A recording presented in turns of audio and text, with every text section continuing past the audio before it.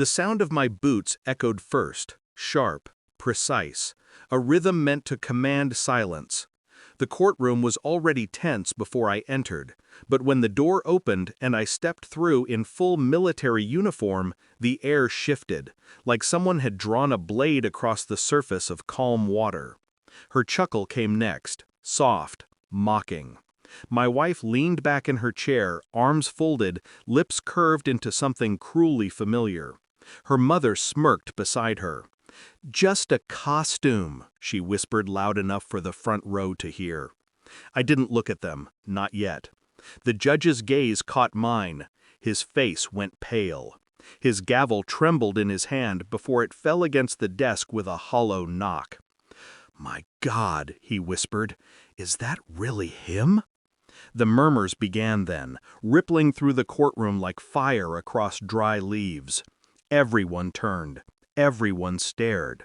For the first time, they saw me. Not the man they thought they knew.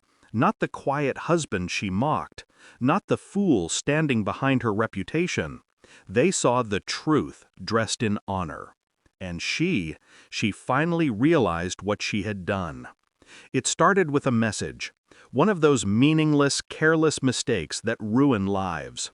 Her phone had been left on the nightstand, still unlocked, glowing faintly in the dark.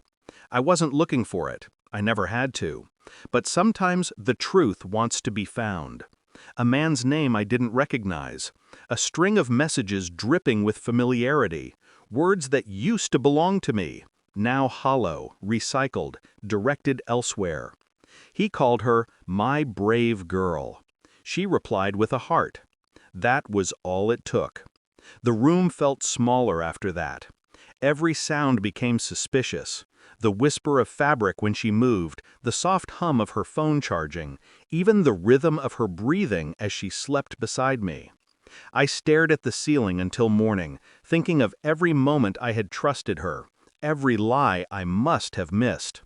When she woke, she smiled, kissed my cheek, asked about breakfast, as if the world hadn't already split open between us. I didn't confront her, not then. I simply nodded, went to work, and began counting every move she made. I knew how to investigate without being noticed. Years of training had taught me patience, the art of silence, the discipline of waiting for the truth to reveal itself.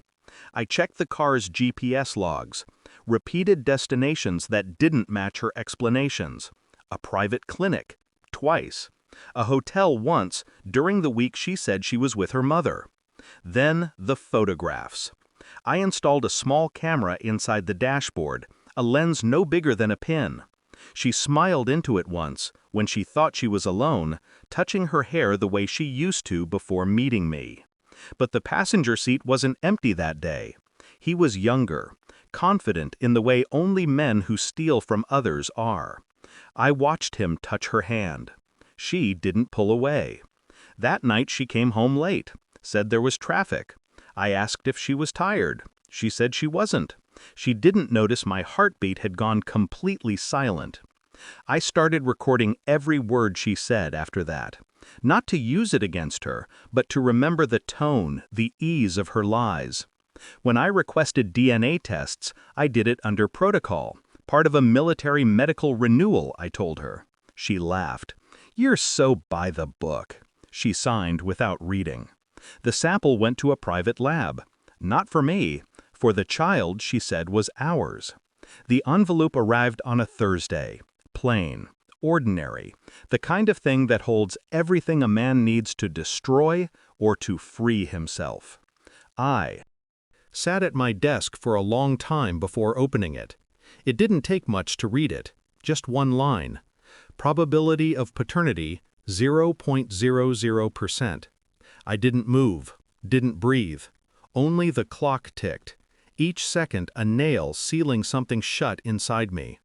When she came home that evening, I handed her the envelope. No words, just paper. She opened it, frowned, then froze. Her eyes darted to mine, panic blooming where arrogance had lived. Who told you to do this?" I didn't answer. She dropped to her knees, papers scattering like wounded things across the floor. "It's not what it looks like." "It's exactly what it looks like," I said. My voice was calm, too calm. Her tears came fast, too loud, too practiced. They filled the silence, but not the void between us. I watched her break the way you'd watch glass shatter, without moving to stop it. The court date was her idea. She thought she'd win. Custody, sympathy, half of everything. She didn't know who she'd been married to. When I walked into that courtroom in full uniform, medals shining against my chest, the air shifted. She thought it was arrogance, but it was strategy. The judge had served under my command 15 years ago. A man who'd once told me, "You lead with truth, even when it hurts." Now he sat there, watching her, then me, realization cutting across his face like lightning. Her attorney tried to speak.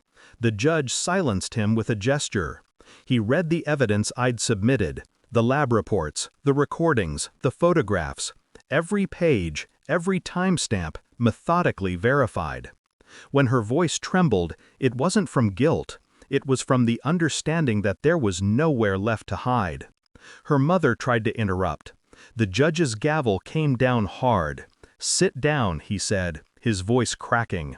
"Let him finish." I looked at her one last time. The woman who once wore my ring. The woman who sold my trust for comfort. "This uniform," I said quietly, "isn't a costume. It's the truth you thought you could mock." She lowered her gaze. Her tears didn't move me. Not anymore. The verdict was simple. Full custody. No alimony. Divorce finalized. When I walked out of the courtroom, the sun felt colder than it should have. Freedom does that. It burns before it heals. People stared, some with pity, some with respect. None of it mattered. In the reflection of the courthouse glass, I saw myself, uniformed, expressionless, alive in a way I hadn't been in years. Behind me, I heard her sobbing, begging, whispering my name like a prayer that no longer worked. I didn't turn. I didn't need to. The truth had already done what I couldn't. It had finished the war. And for the first time, I realized I hadn't lost her.